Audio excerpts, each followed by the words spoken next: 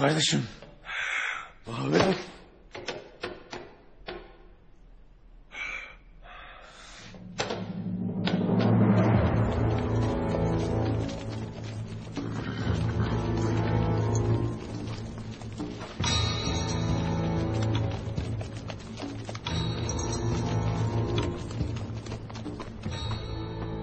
Ertuğrul Vurdunayan az önce içeri girdi. Demek ki Süleyman Şah'ın evlatlarının buluşmasına tanıklık edeceğim.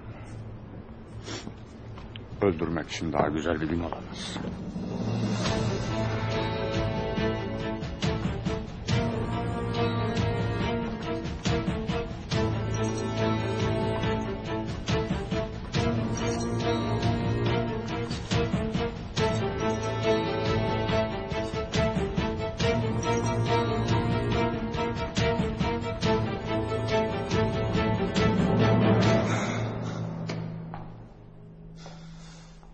Geç otur.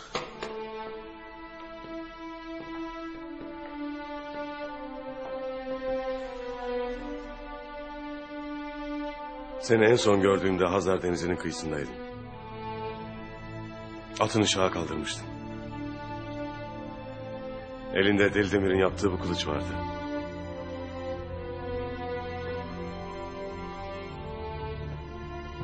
Baban Süleyman Şah. Ağabeyim Gündoğdu'yla Cenk'e gitmekteydin.